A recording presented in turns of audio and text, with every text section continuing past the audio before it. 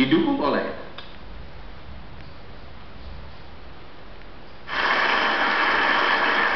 Ibu Usmani. Jadi sesudah tahu Pak John hilang, apa yang dilakukan keluarga untuk mencari?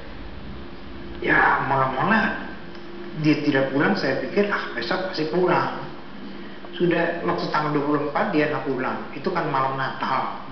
Saya pikir besok Natal pasti pulang, Tuhan akan bawa dia pulang malam Natal dengan keluarga. Ternyata tidak juga. Wah, kita jadi panik ya, anak-anak saya suruh bagaimana nih, acara-acara Natal semua dibatal, tidak jadi karena orang cari. Wah, tahu-tahu ya sampai sekarang itu dia nggak pulang-pulang. Jadi udah cari kemana saja? Pertama kali nomor 1 kita cari di daerah Blok M dulu, yang paling dekat Plastik, terus Fatmawati, daerah Trunojoyo, Mabes Polri, pokoknya seputaran 1-2 km, 3 km dari rumah. Dalam pencarian itu katanya pernah ada informasi di rumah sakit ada jenazah dulu ya, namanya Ya. Yohanes Usmani. Nggak pakai. Oh, bagaimana ceritanya itu? Nah, ada rekan saya yang waktu itu kebetulan menelpon saya selalu sibuk. Dia tanya, kok Pak Daud tuh sibuk amat? Nah, enggak, saya lagi cari bapak saya hilang. Oh, hilang di mana? Dia bilang gitu. Ya, saya cerita begini. Oke, dekat sini ada panti sosial juga. Itu di Cipayu, Ceker. Itu dekat rumah dia, dekat kantornya juga. Pak Daud, boleh nggak saya mampir situ? Saya tanya-tanya. Oh, silakan Bu kalau Ibu mau bantu saya. Ibu itu mengatakan bahwa panti sosial mengaku mendapatkan orang yang umurnya 80 tahun namanya Usmani. Yang keluar dari mulutnya katanya namanya Usmani. Oke, lalu beberapa hari kemudian katanya ditemukannya 31 Desember. Jadi saya pikir pas dengan hilangnya bapak. Kira-kira tanggal 1 Januarinya, kalau saya tidak salah, itu dirujuk ke rumah sakit Budiasi di Cawang. Katanya diare berat sampai berdarah-darah. Lalu dirawat di situ 5 hari. Kemudian keluar sertifikat kematian. Oh, akhirnya meninggal. Ya, meninggal. Terus Ada salah seorang sepupu dari istri saya main ke rumah ngobrol. Dia bilang, saya kerjanya kebetulan berhubungan dengan dinas kesehatan DKI. Oh ya, saya dengar ini ada runtunan itu, surat dari Dinsos menemukan Bapak Usmani, lalu ada rujukan ke rumah sakit Budiasi, lalu ada sertifikat kematian. Boleh nggak saya bantu investigasi? Saya bilang, sebelum Anda kesana, saya sudah kesana duluan. Saya bilang, jadi hari kira-kira cuman selang besoknya dari ibu kontraktor yang mendapatkan dokumen ini, saya datang ke rumah sakit Budiasi, bawa foto saya 5 sisi wajah yang berbeda. kasih lihat ke siapa? Iya, kepada dokter yang menurut buku besar rumah sakit itu bertugas pada saat Mr. X Yohanes Usman ini dirawat, sampai kepala perawatnya, sampai kepada suster yang memandikan, termasuk petugas kamar mayat. Di rumah sakit mereka? Mereka ragu, ini kayaknya wajahnya bukan ini, Pak. Terus? Apakah masuk rumah sakit ini tidak dibikin dokumentasi, di foto atau disidik jari? Tidak. Mereka karena ini rujukan dari Dinsos, mereka menganggap Dinsos lebih bertanggung jawab untuk mengidentifikasi ketimbang mereka. Mereka hanya merawat manusianya saja tanpa mendata terlalu jauh. Akhirnya kami pikir-pikir, runding sepupu kakak adik runding, termasuk kakak saya yang dokter. Kayaknya kita mesti bongkar ini kubur. Bongkar kuburan? Ya. Pas itu kejadiannya ulang tahun beliau, 10 Februari. Karena dalam keadaan ulang tahun ayah kita hilang, lalu ada berita dia udah masuk liang kubur lagi, kita emosinya meningkat, emosi memuncak.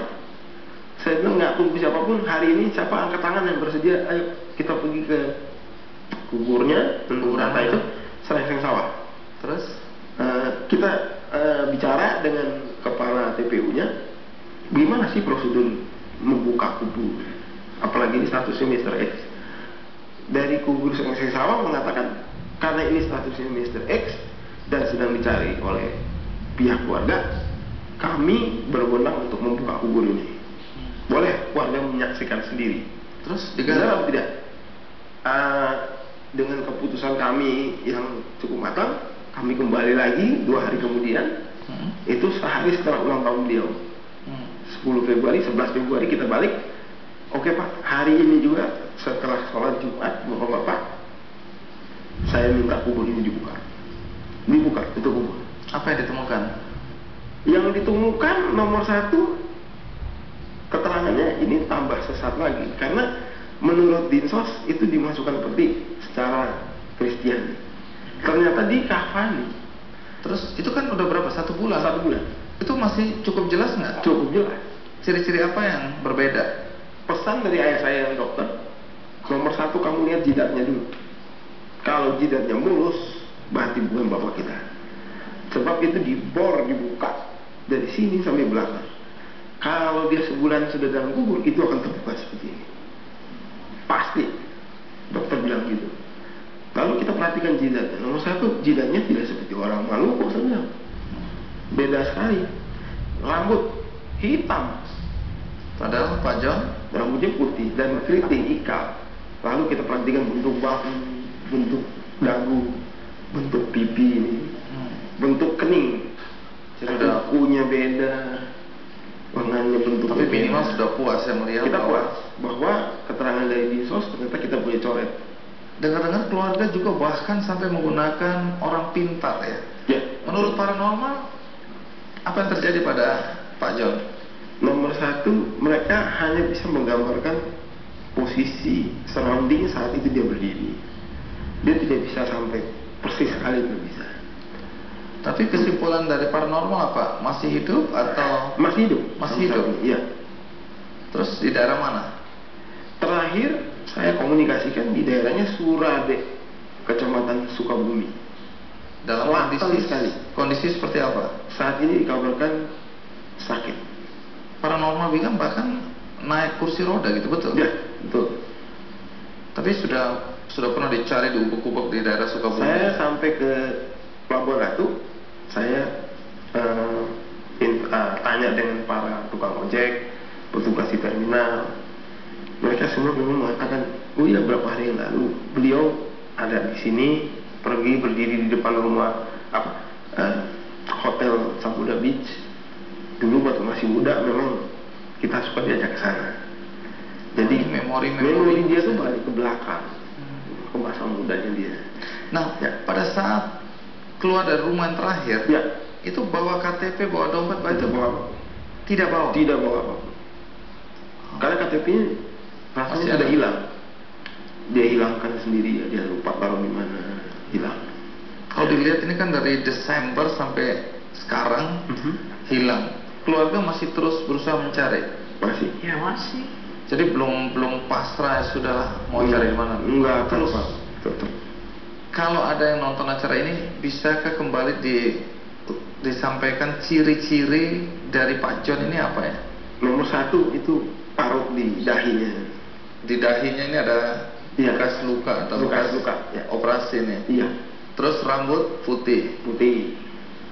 Kalau lupa cukur pasti lebat lah ya. Saya rasa lembat. Baik. Lebat. Tinggi berapa kira-kira? 158.